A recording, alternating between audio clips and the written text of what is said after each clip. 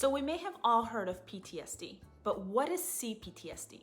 Today, I'll be talking about what complex trauma is, what it's caused by, and the symptoms. But first, if you're new to my channel, thanks for joining me. Don't forget to subscribe and make sure that your notifications are turned on. I make videos once a week, and this way you can ensure that you're up to date and you don't miss out. Now, grab your cup of coffee and join me. PTSD often happens after one particular traumatic event or experiencing one life-threatening or traumatic situation. Some examples include going to war and seeing horrible things, or being in a car accident and nearly losing your life.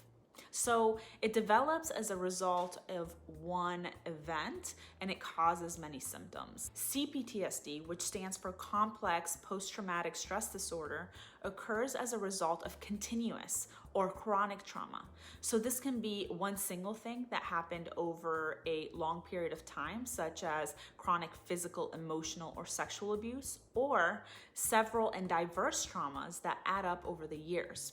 It's complex because it has multiple layers, maybe various events, or it went on for such a long time that it significantly altered our worldview.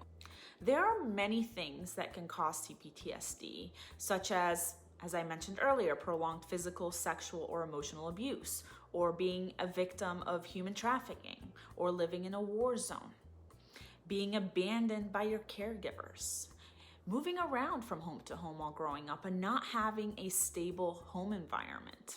It can also be caused by being a victim of bullying for a prolonged period of time, or having a chronic undiagnosable illness, or growing up in an unstable environment where your safety needs weren't met, or you couldn't find food all the time. There are a ton of other situations that cause CPTSD, but these were just a few of the most common ones. So complex PTSD is not yet in the DSM-5, which is the diagnostic manual that therapists and doctors use to diagnose mental health conditions. And this is because until recently, everything was lumped under the PTSD umbrella.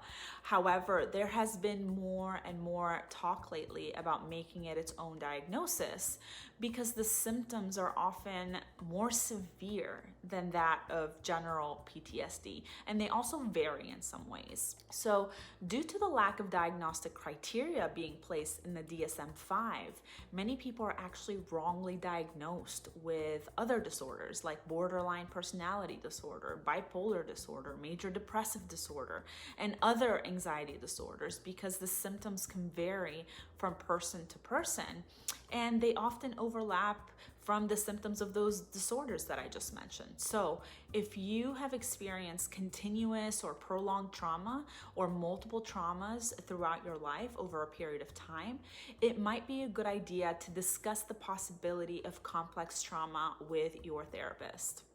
So here are some of the symptoms that you or someone with complex trauma may be experiencing.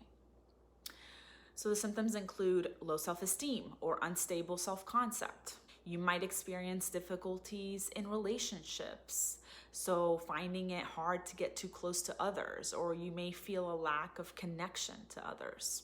You might think of your relationships in black and white terms. So you might go from idealizing others and thinking they're the best person in the world to undervaluing them if they do something to hurt you. You might have difficulty regulating your emotions, and you might feel that your emotions are really, really strong, or you might not feel them at all and feel numb. You might become a people pleaser. You might have developed some harmful coping skills such as self-harm, cutting yourself, drugs, alcohol, overspending.